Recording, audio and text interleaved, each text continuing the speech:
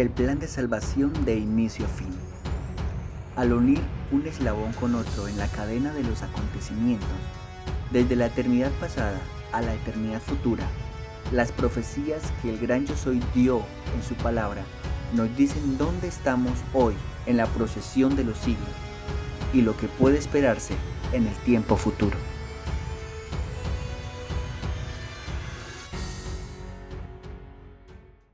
Gracias por acompañarnos en esta nueva oportunidad. En esta ocasión estudiaremos el tema de la creación. En el tema anterior vimos el origen del mal, vimos dónde se originó el mal y nos dimos cuenta que el plan de salvación que estaremos estudiando se desarrolla en medio de un gran conflicto. El día de hoy estudiaremos cómo fue creada esta tierra y vamos a estudiar algunas características de lo que fue este mundo antes de que el pecado entrara en él. Pero antes de iniciar con este estudio, vamos a hacerlo con una oración. Padre nuestro que estás en el cielo, hoy pedimos nos acompañes, nos asistas en este estudio de tu palabra. Que tu Espíritu Santo esté con nosotros y con las personas que tengan a bien escuchar, Señor, este estudio. Te lo pedimos en el nombre de Jesús. Amén. Amén. Vamos a iniciar leyendo un versículo que nos hará entender cuándo fue establecido o cuándo se originó, cuándo se planeó el plan de salvación que estaremos estudiando y que lo haremos de inicio a fin. Es decir, lo que vamos a conocer es cuándo se elabora este plan de salvación. Y para ello vamos a ir a 1 de Pedro, capítulo 1, versículos 18 al 20. Nos dice lo siguiente: sabiendo que fuisteis rescatados de vuestra vana manera de vivir, la cual recibisteis de vuestros padres, no con cosas corruptibles como oro o plata, sino con la sangre preciosa de Cristo como de un cordero sin mancha y sin contaminación, ya destinado desde antes de la fundación del mundo, pero manifestado en todos los postreros tiempos por amor de vosotros. Es importante rescatar este versículo 20 que nos dice que destinado desde antes de la fundación de este mundo. ¿Qué fue destinado antes de la creación de este mundo?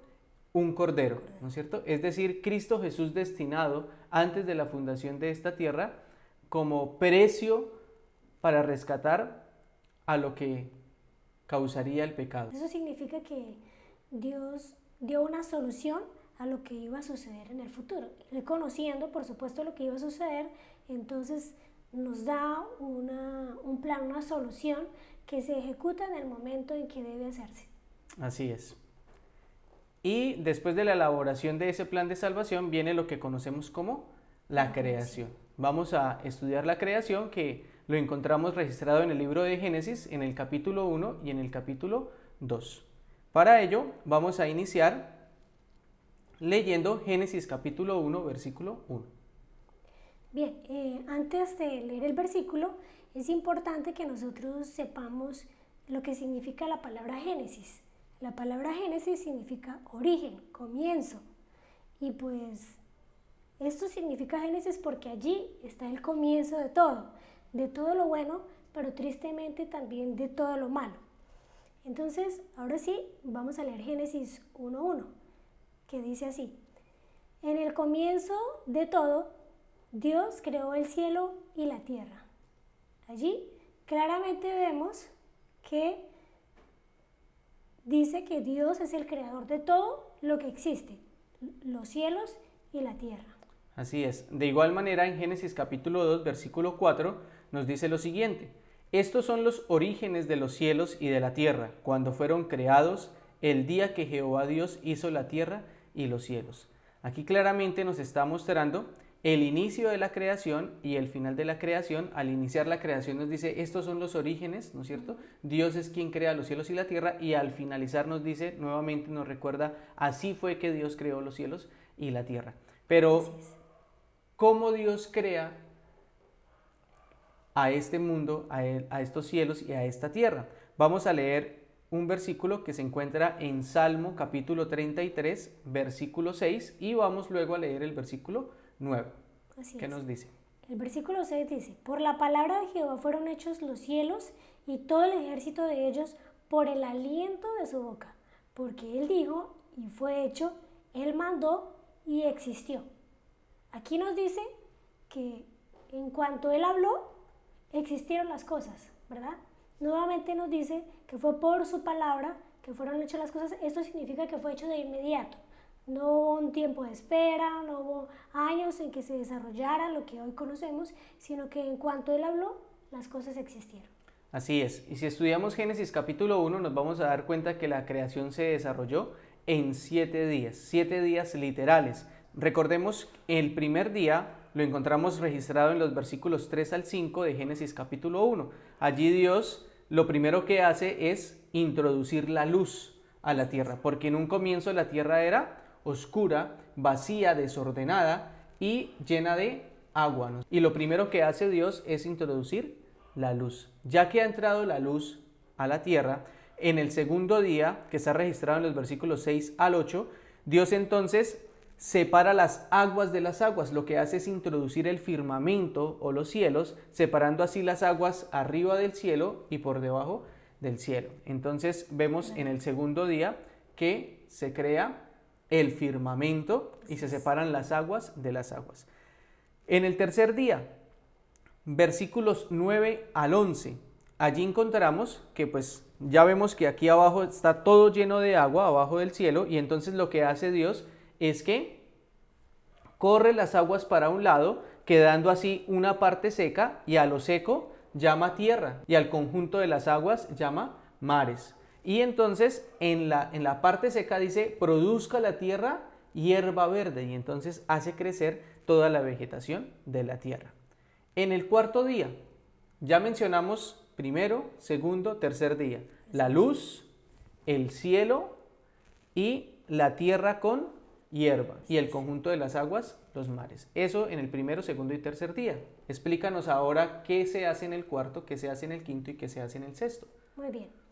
En el cuarto día, entonces Dios crea las lumbreras. Dios las llama la lumbrera mayor y la lumbrera menor, refiriéndose al sol, a la luna y a las estrellas. Y nos dice que ellas son las que nos van a dar los tiempos y las edades, ¿verdad? Entonces nosotros podemos ir un poco a lo que hoy conocemos como las unidades de medida de tiempo, y vamos a ver si esto es una realidad. Entonces vamos a ver qué medida de tiempo nos da el sol. Recordemos que la Tierra da la vuelta alrededor del Sol y se demora 365 días en darle la vuelta al Sol. Esto nos da la unidad de medida de año que nosotros conocemos. También la Luna le da, ¿cierto?, la vuelta a la Tierra, y la unidad de medida que nosotros conocemos con este movimiento de la Luna es el mes. También podemos ver que la Tierra se demora 24 horas en dar la vuelta sobre su propio eje. Esto nos da la unidad de medida día. Pero entonces nos surge una pregunta. ¿De dónde nace una semana de 7 días? Podemos ver que la única razón por la que la semana tiene 7 días es por la creación. Es la única referencia que nosotros conocemos que nos da la palabra de Dios. Así es decir, que desde la creación de esta tierra, la semana siempre ha tenido 7 días. Así es. Y así será hasta el final, por la eternidad inclusive, ¿no es cierto? Porque en el cielo también nos dice Isaías que de sábado en sábado, quiere decir cada 7 días estaremos en compañía de nuestro Dios, ¿verdad? Y entonces, ¿ahora qué ocurre en el quinto día? Okay. Antes de eso quisiera comentar algo para que ustedes lo busquen en internet cuando tengan el espacio de hacerlo, y es que la semana claramente nos lleva a recordar la creación. Hubo alguien en la historia, por allá la Revolución Francesa, que quiso cambiar de 7 días a 10 días. Recordemos que Francia en un momento de la historia se declaró una nación atea. Y entonces, para que no tuvieran nada que recordarles a un Dios creador, cambiaron de 7 a 10 días la semana. Esto no les duró mucho tiempo. Luego, más adelante vemos que Napoleón nuevamente hace el cambio de la semana de 10 días a la semana de 7 días, que ese es el origen de la semana realmente. Continuando entonces con los días de la creación, entonces en el quinto día Dios crea los ocupantes. Recordemos que en el día 2 Dios crea el firmamento, ¿cierto? Los cielos y también el conjunto de las aguas. Ahora Dios en el quinto día ocupa estos espacios. El cielo lo ocupa con las aves y el mar lo ocupa con los peces.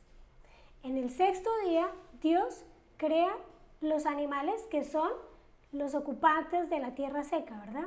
Los animales terrestres y crea a los seres humanos. Esto lo encontramos en Génesis 1, desde el versículo 26 hasta el versículo 31.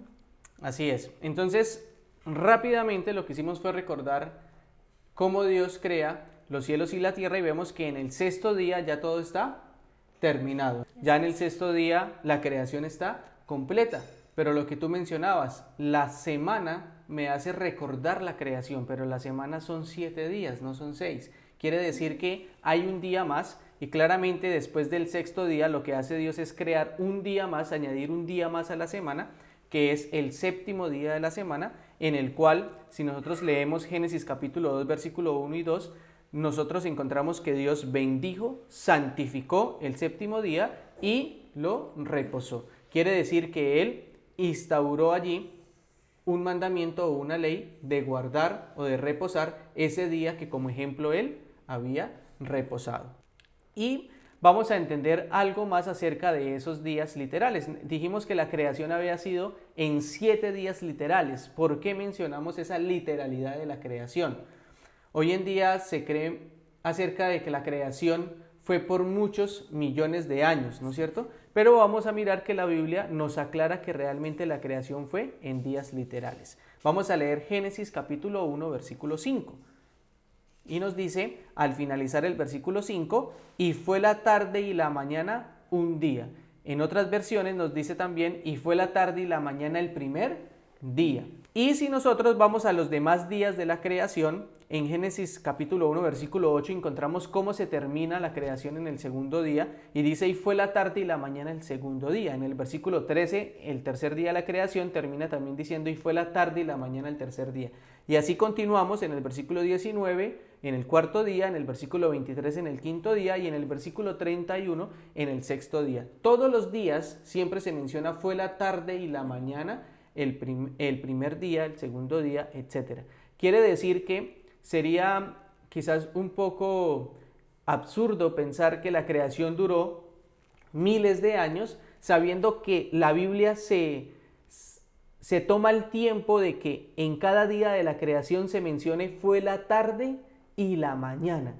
Entonces, si se toma el tiempo de mencionar día a día, diciendo fue la tarde y la mañana el primer día, fue la tarde y la mañana el segundo día, quiere decir que quiere dejar en claro que la creación fue una creación literal. Además, en otro pasaje que nosotros encontramos en las Sagradas Escrituras que cita el evento de la creación, la Biblia lo que hace es citar ese evento diciendo que los días fueron literales, días literales de la creación.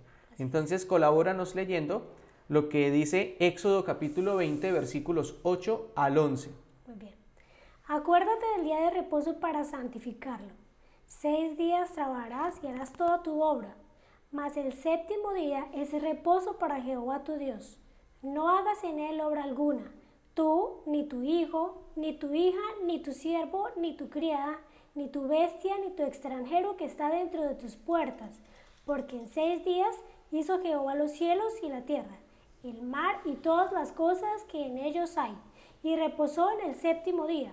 Por tanto Jehová bendijo el día de reposo y lo santificó. El pasaje que acabamos de leer en Éxodo 20 están los 10 mandamientos. El cuarto mandamiento, que es el que acabamos de leer, es una referencia a la creación. Lo que nos está diciendo Dios aquí es que el séptimo día es un día de descanso, es un día consagrado para Él y nos lleva a la creación. Nos dice porque en ese mismo tiempo, en 6 días hizo Dios los cielos y la tierra y descansó el día séptimo. Entonces aquí vemos que la orden es igual.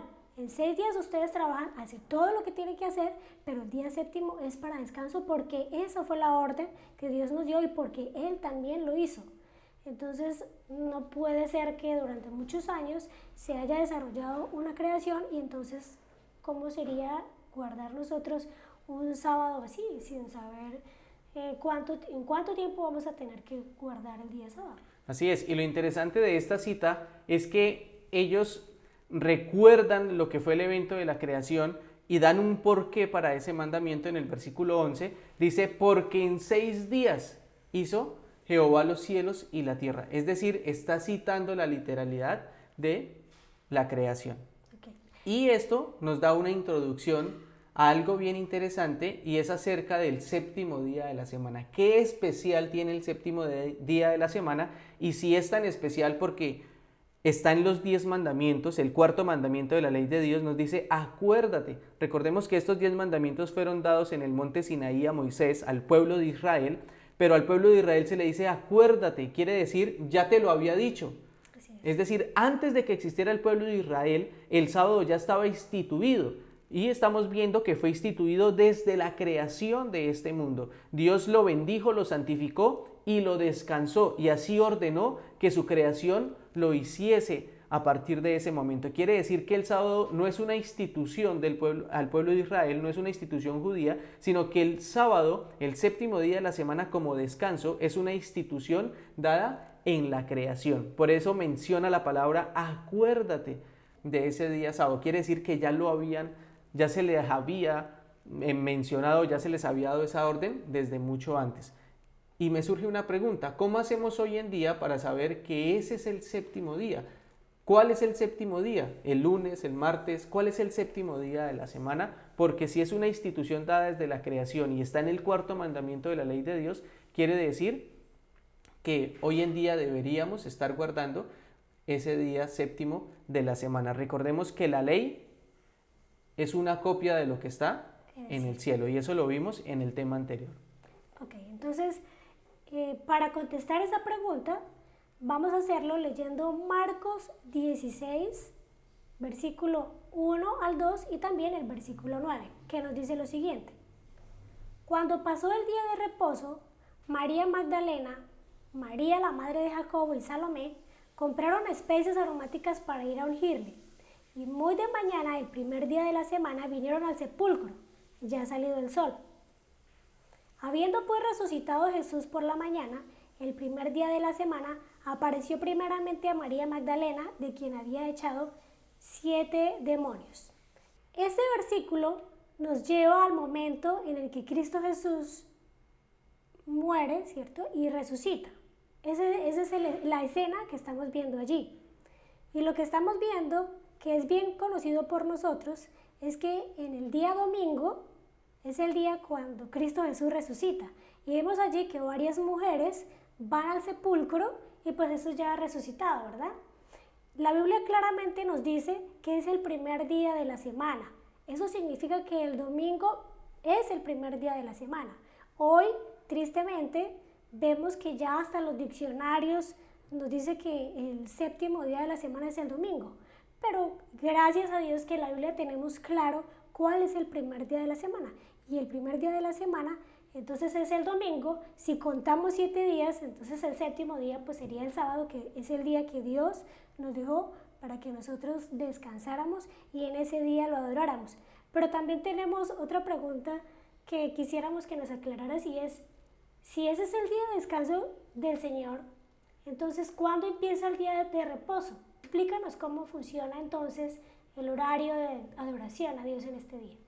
Sí, importante que nosotros vimos que todos los días se menciona fue la tarde y la mañana. No se menciona fue la mañana y la tarde, el primer día fue la mañana y la tarde el segundo día, sino que se deja en claro que lo primero que se empieza a contar es la tarde.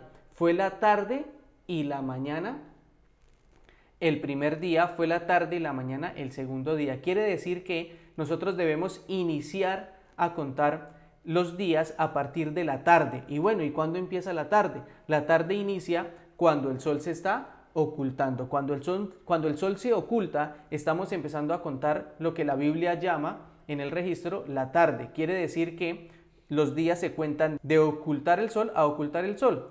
Inclusive, podemos ir a buscar en Levíticos capítulo 23, vamos a buscar en Levíticos capítulo 23 y vamos allí a mirar un registro acerca de cómo se guardaba o cómo Dios les dice al pueblo de Israel que deben guardar los días de reposo, no refiriéndose al séptimo día de la semana, pero sí refiriéndose a otros días de reposo que tenía el pueblo de Israel como sábados ceremoniales. Vamos a ir a Levíticos 23, versículo 32. Nos dice lo siguiente, colabóranos, ¿ya lo tienes ahí? Sí. Colabóranos leyéndolo. Levíticos 23, versículo 32. Día de descanso será para vosotros, y ayunaréis comenzando el día 9 del mes en la tarde, de tarde a tarde guardaréis vuestro descanso. Entonces, claramente, los días de reposo, los días de descanso se guardaban de tarde a tarde. En esta ocasión estamos hablando del séptimo día de la semana, que tiene una característica muy diferente a los demás días de reposo que tenía el pueblo de Israel, conocidos como sábados ceremoniales. En esta ocasión, este sábado nosotros leímos en Éxodo 20, que es un sábado especial, que es el séptimo día de la semana, que se encuentra en el cuarto mandamiento de la ley de Dios. Quiere decir que debemos guardar este sábado desde el momento en que se oculta el sol hasta que nuevamente el sol se vuelve a ocultar. De esta manera guardaremos el día de reposo de tarde a tarde, como nos enseña la palabra de Dios. Continuamos entonces. Ahora queremos mirar algunas características que se dieron en la creación y cómo era el mundo antes de que el pecado entrara a esta tierra, porque nosotros concluimos en el primer tema que tuvimos de esta serie, y es que el plan de salvación consistía en que Dios restauraba su carácter en la creación de tal manera que recreaba nuevamente las cosas para dejarlas como lo fueron en un inicio, como lo fueron en un principio. Quiere decir que es importante conocer cómo eran las cosas en un inicio, porque el plan de salvación consiste en que la creación de Dios vuelva a estar como lo fue en un comienzo, buena en gran manera. Entonces, vamos a leer el versículo Génesis 1:26 para introducir cómo fue la creación en un principio. Entonces dijo Dios: hagamos al hombre a nuestra imagen, conforme a nuestra semejanza, y señoree en los peces del mar, en las aves de los cielos, en las bestias, en toda la tierra y en todo animal que se arrastra sobre la tierra. Aquí entonces vemos que Dios crea al hombre a su imagen y semejanza. Y también podemos rescatar, dice señoree, ¿no es cierto?, sobre la tierra. Quiere decir que podemos también rescatar que el hombre tenía la potestad sobre esta creación. Quiere decir, el hombre era el mayordomo o el representante de esta tierra cuando fue creada.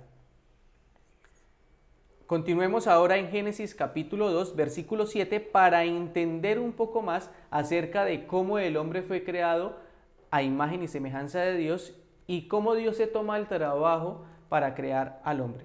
Dice lo siguiente, Génesis capítulo 2, versículo 7. Entonces Jehová Dios formó al hombre del polvo de la tierra y sopló en su nariz aliento de vida, y fue el hombre un ser viviente.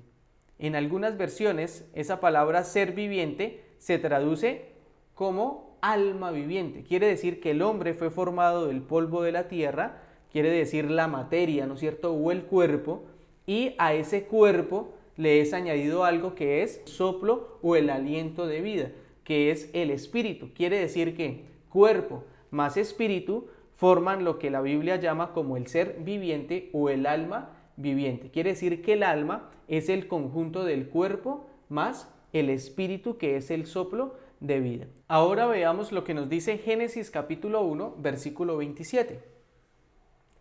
Y creó Dios al hombre a su imagen de Dios lo creó, varón y hembra los creó.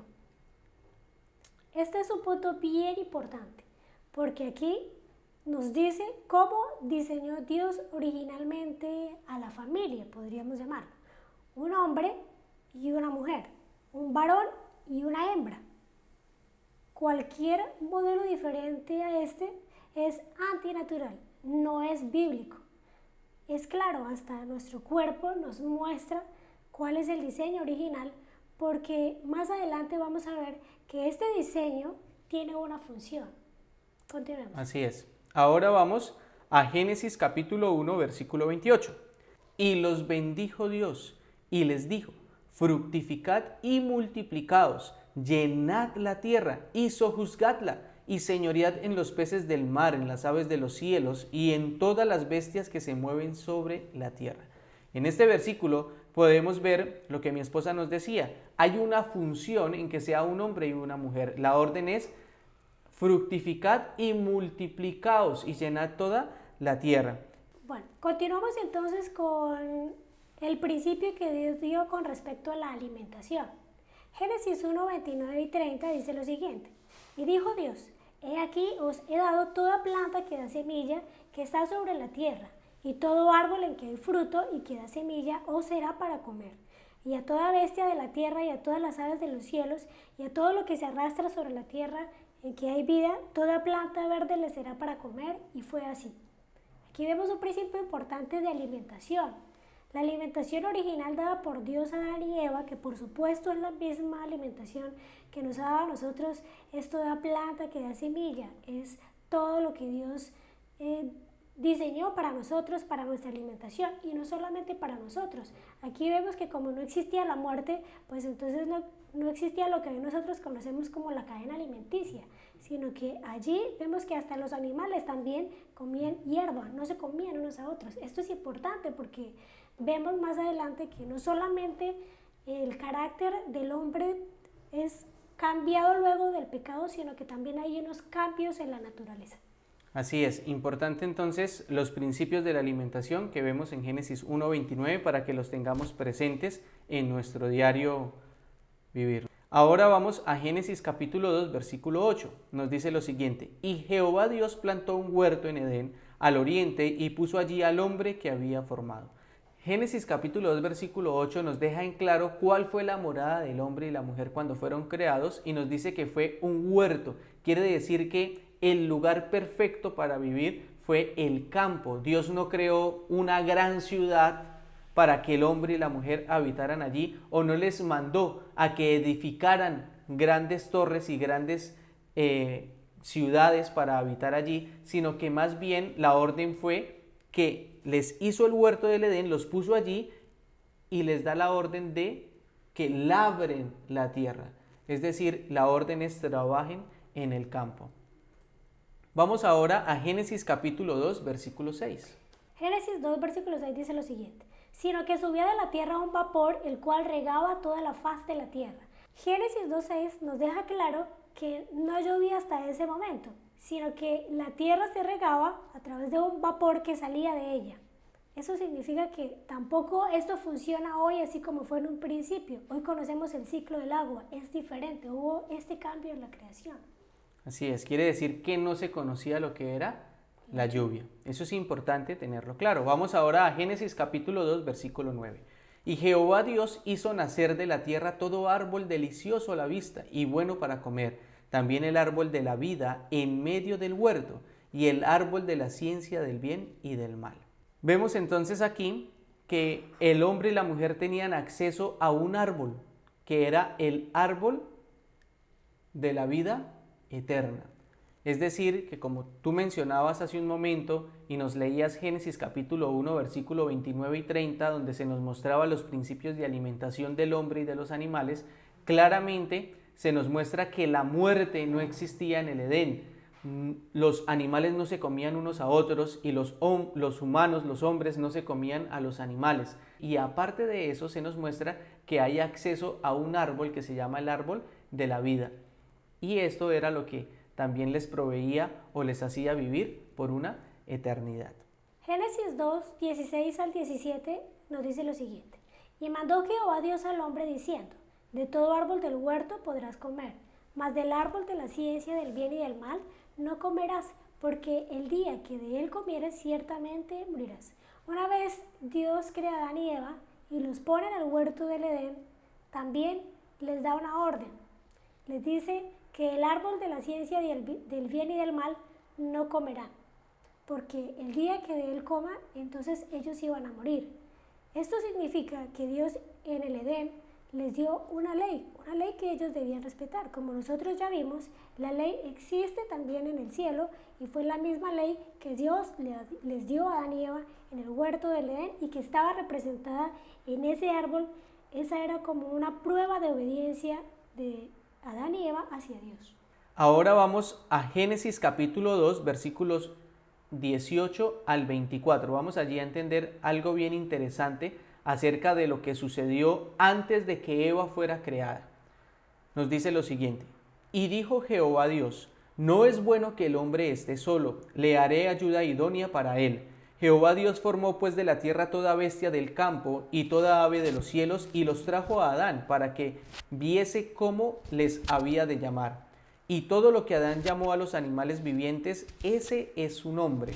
Y puso Adán nombre a toda bestia y ave de los cielos y a todo ganado del campo.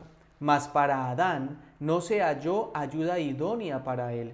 Entonces Jehová Dios hizo caer sueño profundo sobre Adán, y mientras éste dormía, tomó una de sus costillas y cerró la carne en su lugar. Y de la costilla que Jehová Dios tomó del hombre, hizo una mujer y la trajo al hombre. Dijo entonces Adán: esto es ahora hueso de mis huesos y carne de mi carne. Esta será llamada varona, porque del varón fue tomada. Por tanto dejará el hombre a su padre y a su madre, y se unirá a su mujer, y serán una sola carne. Aquí vemos algo interesante, y es el papel del hombre y la mujer cuando fueron creados. Miremos el papel del hombre. Tú nos leíste hace un momento acerca de la ley, nos leíste Génesis capítulo 2, versículos 16 y 17, donde se le dice al hombre que no puede comer del árbol de la ciencia del bien y del mal, porque el día que de él coma ciertamente morirá. Pero en ese versículo 16 y 17 todavía no existía ¿quién? No existía Eva. No existía Eva. Quiere decir que esa orden le fue dada a Adán.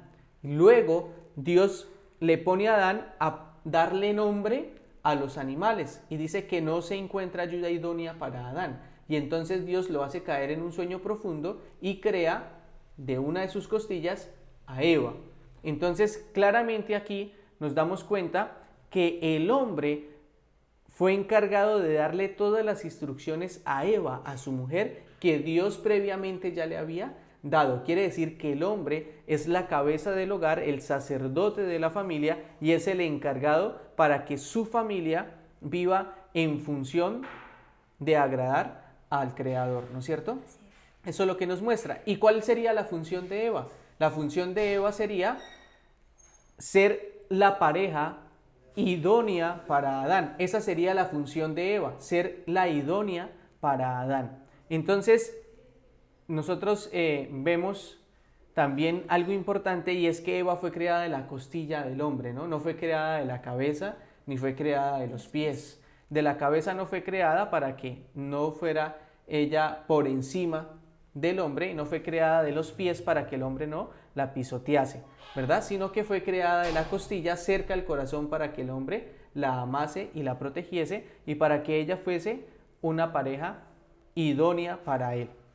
Y importante mencionar que serían una sola carne. Allí se menciona cómo Dios instituye el matrimonio. La mujer fue la que fue considerada una ayuda idónea para el hombre, y se celebra el primer matrimonio en la tierra. También es importante aquí ver un principio, y es que Dios tampoco, en alguna ocasión escuché, Dios tampoco le dio a Adán la posibilidad de escoger entre muchas mujeres, sino le creó una sola esposa, una sola mujer, que fue Eva.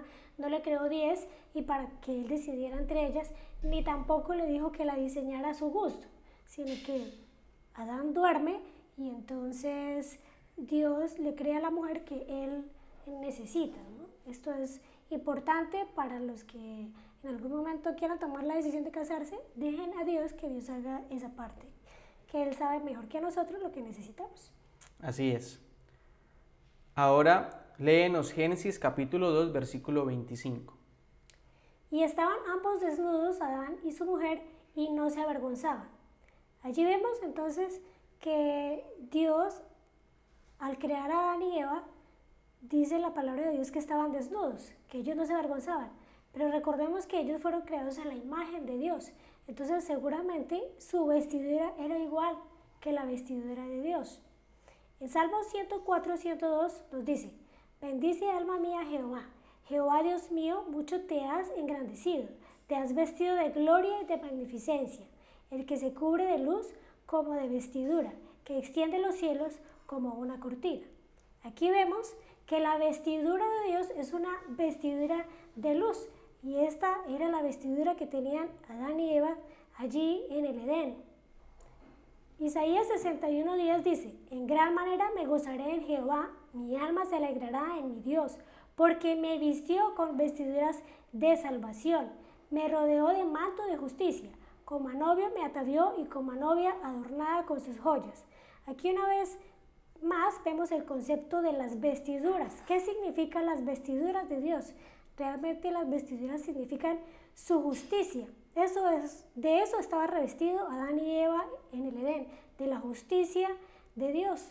Pero entonces nos podemos preguntar, ¿y qué significa la justicia de Dios? ¿Qué es la justicia de Dios? Para responder a esa pregunta vamos a ir a Isaías capítulo 51 versículo 7. Nos dice lo siguiente: oídme, los que conocéis justicia, pueblo en cuyo corazón está mi ley, no temáis afrenta de hombre, ni desmayéis por sus ultrajes. Claramente aquí nos dice que el pueblo que conoce justicia, que en este caso Adán y Eva conocían justicia, estaban revestidos de lo que es el manto de justicia de Dios, ese era su verdadero vestido, por eso no se daban cuenta que estaban desnudos, no se avergonzaban de ello, quiere decir que en su corazón estaba la ley. Y para complementar la respuesta vamos a leer Salmos 119, versículo 172. Hablará mi lengua tus dichos, porque todos tus mandamientos son justicia. Quiere decir que la justicia de Dios son sus mandamientos, su ley. Quiere decir que Adán y Eva vivían en completa armonía con su Creador. Estaban desnudos, pero no se avergonzaban de ello. Quiere decir que en su corazón estaba la ley, vivían en completa armonía con su Creador. Conocían justicia. Así es. Entonces, hasta aquí hemos visto todo lo que en un inicio fue creado perfecto. De esta manera fue el plan original de Dios. El hombre fue creado a imagen de Dios, les dio la potestad sobre la creación, los creó varón y hembra para que se multiplicaran, para llenar la tierra, les dio principios de alimentación, les dio como morada un huerto para que ellos lo labraran, les dio un sistema de riego diferente, les dio la vida eterna a través de un fruto, ¿verdad? Les dio la ley, les dio una orden que ellos tenían que obedecer si querían vivir. Adicional a eso, también les dio las funciones a cada uno, la función del hombre, la función de la mujer, y también nos dice su palabra que en un inicio el hombre estaba en completa armonía con Dios, por lo tanto tenía esas vestiduras de justicia. Esa fue la forma, ese fue el diseño original de la creación. Todo eso antes del pecado. La pregunta es, si todo fue creado de esa manera, ¿por qué hoy en día vemos el mundo en este caos y en este desorden en el cual nos encontramos viviendo? ¿Cómo es posible que esa creación perfecta se haya distorsionado? Y ese será nuestro tema a tratar en nuestra próxima oportunidad. Veremos cómo el pecado es introducido aquí a la tierra y cómo el pecado es el culpable de que toda la creación perfecta de Dios se haya distorsionado, y veamos hoy el caos en el que nos encontramos viviendo. Así es, y vale la pena mencionar que en el momento en el que nos encontramos es realmente un momento duro para el mundo entero, que en este momento se encuentra paralizado por un virus, y todo lo que hoy vemos es consecuencia, por ejemplo, de un descuido de la alimentación. Al parecer es porque están comiendo cosas que Dios no diseñó desde un principio para que fueran alimento para los seres humanos. Todo esto es una muestra de que el mundo está en completa rebeldía ante su diseño original, ante sus leyes, y pues lo que vemos es simplemente las consecuencias de nuestra desobediencia al plan original del Señor. Entonces vemos que todo lo que ocurre es un llamado de Dios para que vayamos a Él, para que nos arrepintamos de corazón, y entonces también nosotros entremos en armonía con Dios. Que Dios los bendiga. Amén.